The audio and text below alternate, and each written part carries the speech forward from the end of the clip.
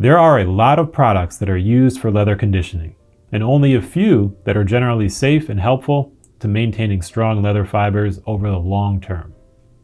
So here, we're going to offer insights into what not to condition leather with, each with some supporting reasons why. Some people learn better by knowing what to avoid, and others are going to ask, of course, well, if this is what not to use, then what should we use? And we cover that in detail in other videos. So for here, the context is going to be purely what not to use and some reasons why. It's also important to keep in mind that very few choices are all or nothing. Conditioner choice is very context dependent. So ultimately, make up your own mind and do what you feel is best for your project and leather. First, let's look at the elements of leather conditioning. Conditioning in general is intended to add conditioning agents into the leather fibers itself and penetrate deep in there, moisturizing and nourishing them with fats and oils and waxes. And ultimately, this is not going to damage the fibers. It's going to add characteristics to them. The second main element is the pH of the conditioner. Many conditioners have a pH. This should generally be neutral, around 7, or around that of leather, which is around 4.5. So that way it doesn't cause a potentially harmful neutralization reaction that releases salt and water into the leather.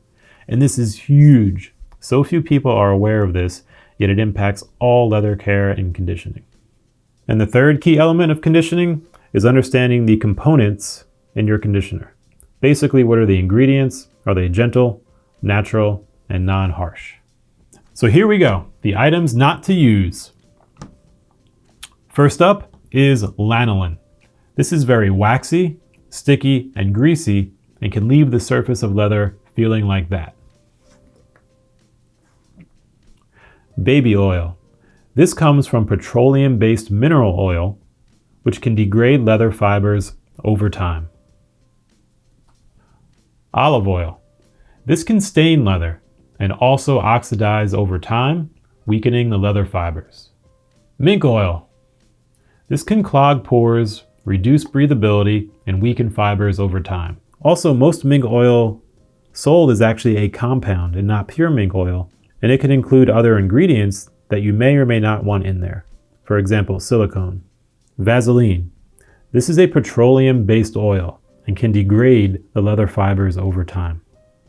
Coconut and vegetable oils, including things that are pastes and other formula, can begin to rot over time, and this can damage leather fibers in the long term.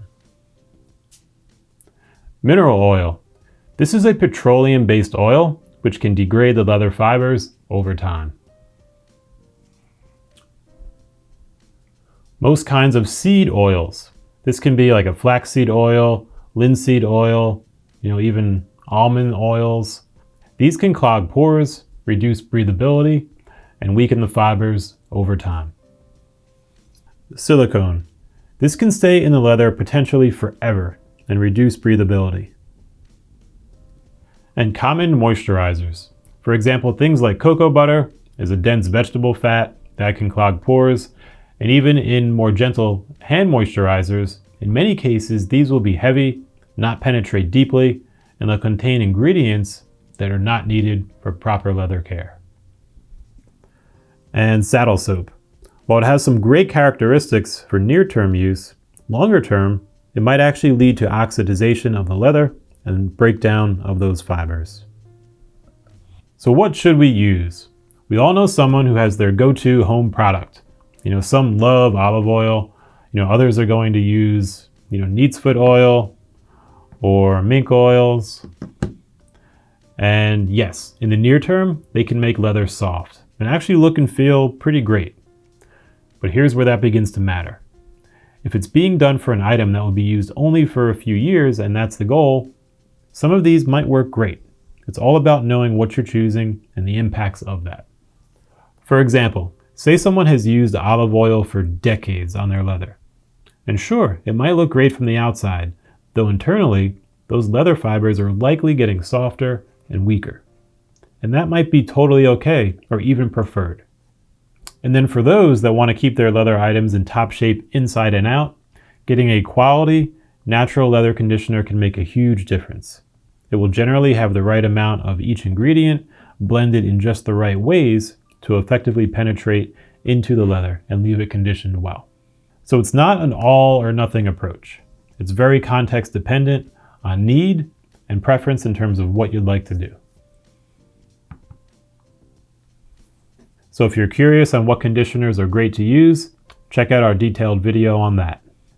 If you have a question, let us know. If you have an opinion or experience to share, which you very likely do, please share. And there you have it. Until next time.